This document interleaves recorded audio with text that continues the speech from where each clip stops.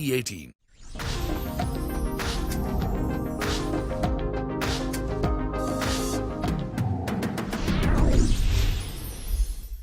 This week on Storyboard, we are catching up with Truecaller co-founders Nami Zarringhalam and Alan Mamedi exclusively on Storyboard on Truecaller, attaining 350 million user milestone globally, way forward when it comes to spam management. We are catching up with Sonia Khurana, Chief Operating Officer, and Unny Radhakrishnan, CEO Digitas India, on some of the challenges that digital marketing leaders struggle with. Hello and welcome to Storyboard. I'm Shibani Gharat. Truecaller, as we know, is a Swedish company founded in 2009 in Stockholm by Nami Zarringhalam and Alan Mamedi. The app began when the founders were just students who wanted to create a service that would easily identify incoming calls from unknown numbers. Today, Truecaller has become the leading global platform for verifying contacts and blocking unwanted communications. And this week, the company reached another significant milestone when the number of monthly active users of the service reached over 350 million.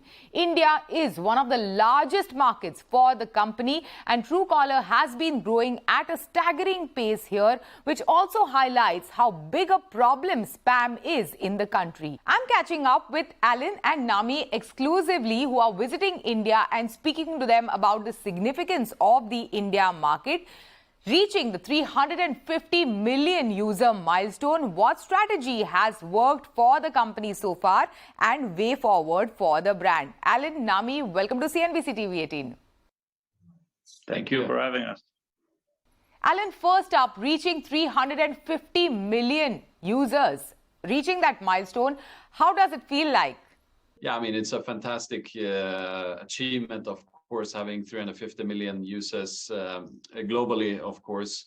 You know, there are very, very few companies in the world who has been fortunate to have this amount of users using your product, loving your product. So we feel very blessed to be here today. So it's a big achievement for us and a huge milestone. What is the strategy, Nami, that has worked for the brand so far? Always thinking about, you know, what can we do better? How can we be better? So I think that has been like overarching for the whole app actually, and the experience, and try to make it as simple as possible for everyone to use Truecaller and get benefits out of Truecaller. Now, Alan, coming to India, your biggest market, there have been quite a few interesting campaigns that the brand has done in the country. Which one has been your favorite?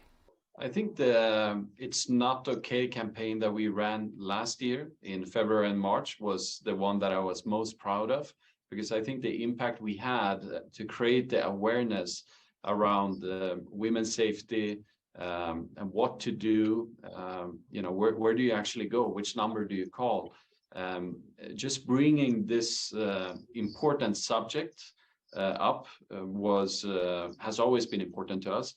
But last year's campaign was fantastic, I must say. We got some very, very important people to the whole thing, the scenery that we set up in Delhi.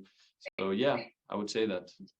Nami, over to you. Today, we are facing threats and nuisance in different forms. Apart from security breaches, there are a range of issues such as missed calls, blank calls, fake calls, etc. that scammers are using, and scammers are getting sharper by the day. What are you guys doing to arrest this? I think there's a lot of work that has been done from us in the past couple of years. We started out with spam blocking and caller ID, etc. I think we've really specialized in the past 2 years or so in giving you information that also tells you whether this is fraud, like a fraudster is calling you or texting you, trying to get an OTP from you, you know, and especially for our more senior users, I think that has been a extremely big help and benefit for them to use Truecaller. But aside from that, we're also investing a lot in AI and how to both work with AI in a positive way, but also how to detect AI as these issues are going to just increase globally, I believe. Looking at the speed of development in that area specifically, I think there's, when you create a tool, a hammer, people will figure out both positive and negative ways of using it. And we're always siding with the consumer, trying to make sure they're protected and safe. Alan, over the past few years, you have fixed several issues, including the app experience for iOS users. How has that worked in your favor, especially in India? Well, obviously, iPhone is a smaller part of the smartphone distribution in India. And we do have a fairly large amount of iPhone users in India. I would say almost most of them use Truecaller. But we've never really prioritized the iPhone platform because most of our users, 95% of our users, are actually on Android. But we believe that it's going to grow over time, and Truecaller as a company is also going to grow in other markets like the US, for example, where iOS or iPhone penetration is 50-55% of smartphones. So we felt it was time to start investing in that product. So last year was all about rebuilding the product from scratch, making the product good, because we were not proud of the product we had before. And I would say today the product is very good. And last week we launched a new feature called Live Caller ID, where we have been able to make the experience almost on par with Android, where we use the power of Siri. So when a call comes in, you say, "Hey Siri, search Truecaller," and it will search the number. Of course, we would love the experience to be just like on Android, where it automatically does this. But there are certain limitations on that platform. But we hope over time we can fine-tune it and make it even better. Nami, now over to you. Tell us more about how do Indians use Truecaller today? I think a lot of the feedback that we get from our users is that they use it in both the caller ID and spam protection capacity. Obviously, that's like the first thing that you download the app for. But then what we've been hearing more recently is how Google Pay Care numbers, sending SMSs, trying to fraud people, or sending links, trying to impersonate HDFC websites, getting you to log in with your bank access to kind of collect that information so that they can later on use that information to withdraw money from your account. And all of these cases of fraud happening using SMS messaging, and our capability to both detect them but also caution our users before clicking these links when we know that they are unsafe, and really make them aware, and even like disabling clicking them for the safety of our users. And I think those are capabilities that we built over the past 2 years in terms of fraud detection that has really served our users well, and they're just discovering how capable Truecaller is on the messaging side. Moving on, Alan, what is the further potential of growth, and what are the areas that you wish to tap into? Yeah, I think, as I mentioned, we have only in India around 250 million active users. And there are around 500 million connected smartphones in India. So obviously we have more potential, more people to help and educate and onboard to our product. But I think what's exciting is that the number of connected smartphones will continue to grow every year. So that obviously creates a lot of opportunities for everyone. But the things we are working on around calls and messaging to make that experience safer and more efficient for our users, I think that's going to keep us very busy for quite some time.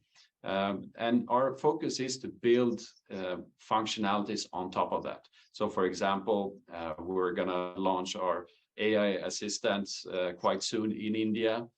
We just yesterday launched our AI SMS protection service in the product, just like Nami mentioned. So we're building many things on top of this. And I think when it comes to fraud and spam, you should keep in mind that this is their full-time job. They're going to be clever. They're going to find new ways to lure consumers into bad things. And our job is to make sure that we keep them safe. So it's a very exciting opportunity and area that we're in. And Nami and Alan, this question goes to both of you. Finally, before we go from 2009 to now, how has Truecaller really evolved, and what have been, according to both of you, what have been some of the key milestones of this journey?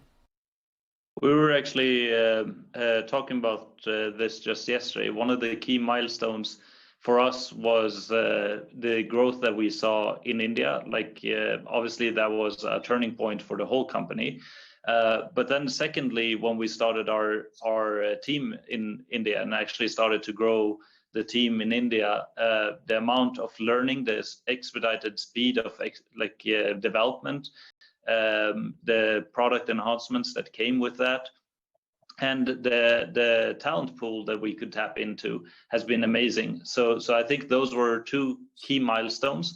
Obviously, going public with IPO was an amazing journey as well.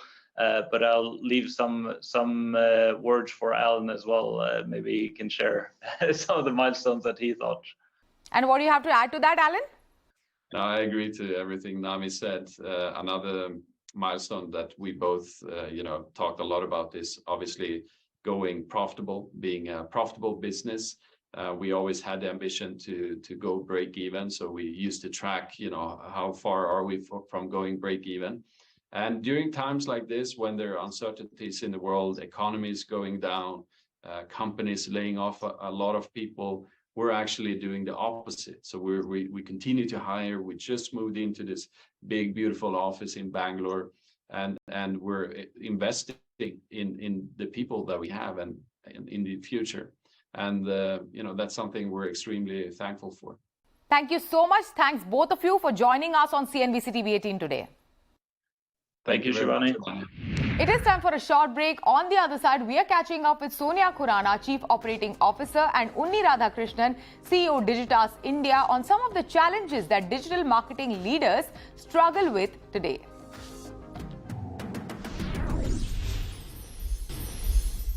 Welcome back. This week, we caught up with Sonia Khurana, Chief Operating Officer, and Unny Radhakrishnan, CEO Digitas India.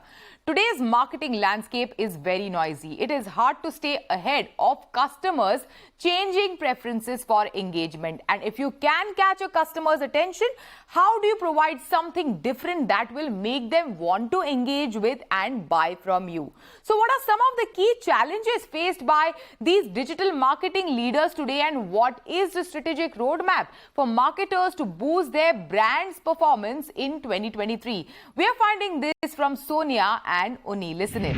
Unny, Sonia, welcome to CNBC-TV18. Thank you.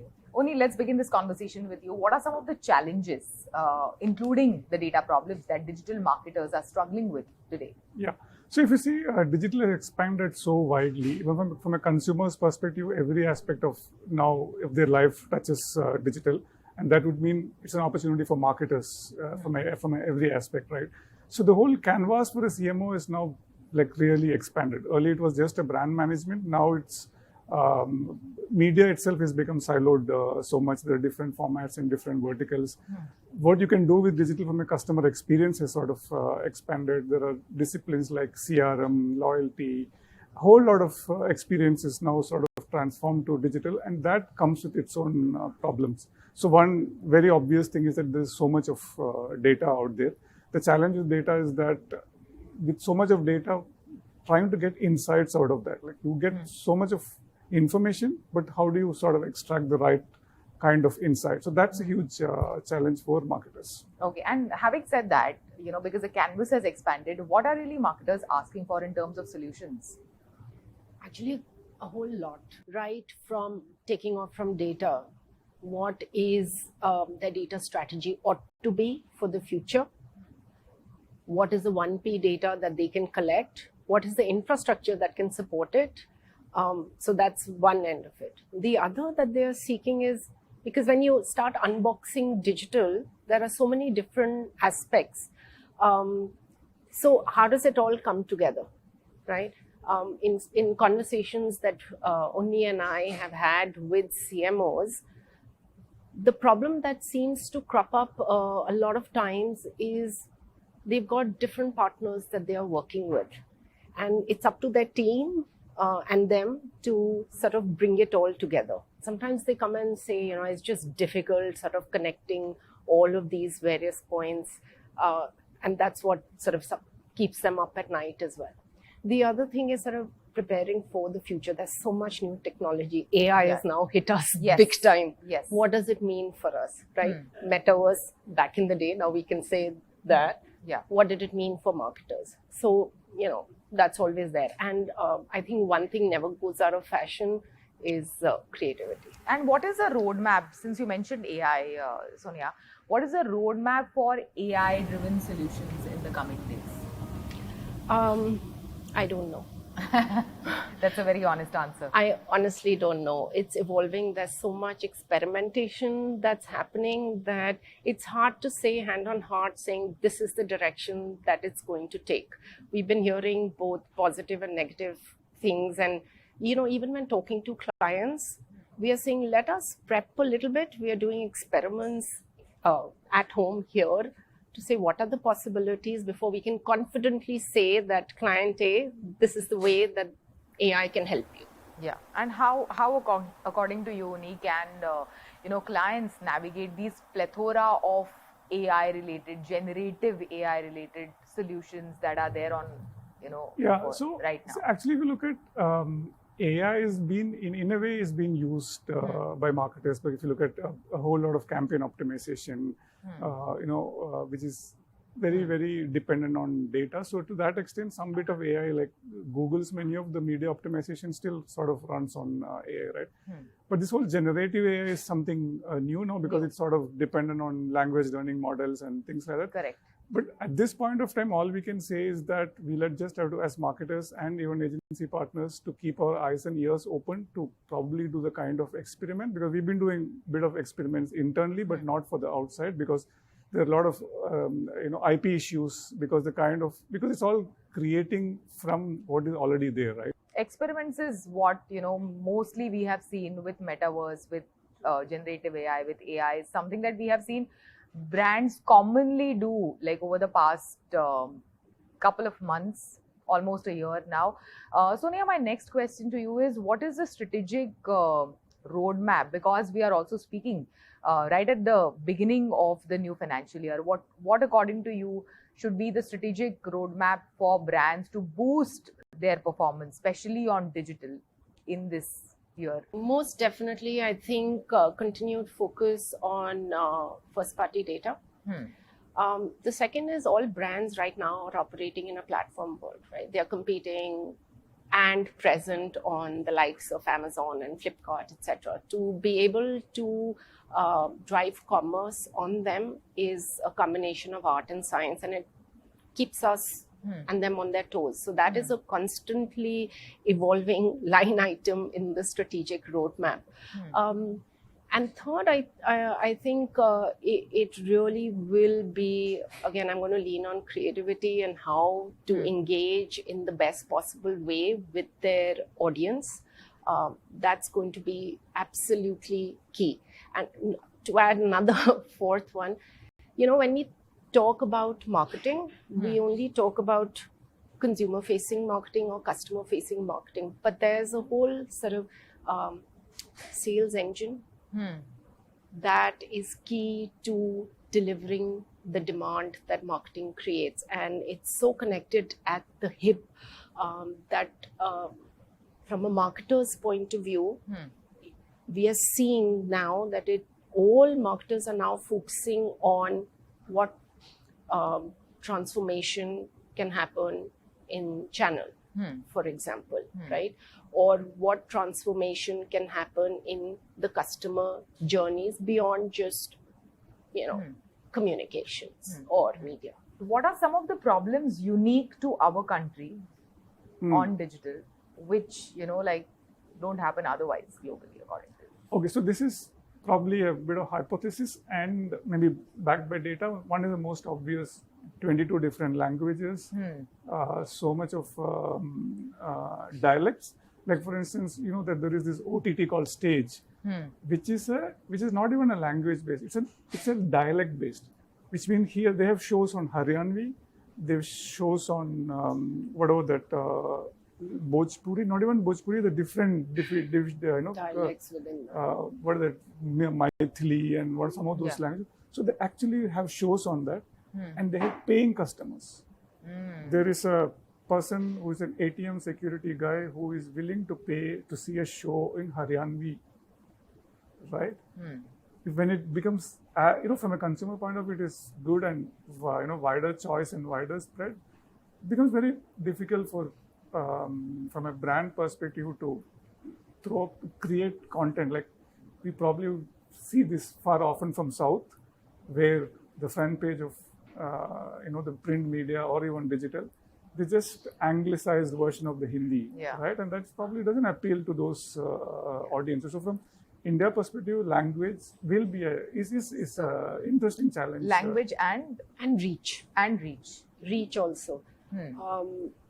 Because data is not very well organized, or data signals are not that many as compared to some of the Western countries. So sometimes it's a hit and miss. You try until you get to the right audience through digital media, but it takes a while. Yeah, sure. Thank you so much. Thanks for sharing these insights with us, and thanks for joining us on CNBC-TV18. Thank you so much.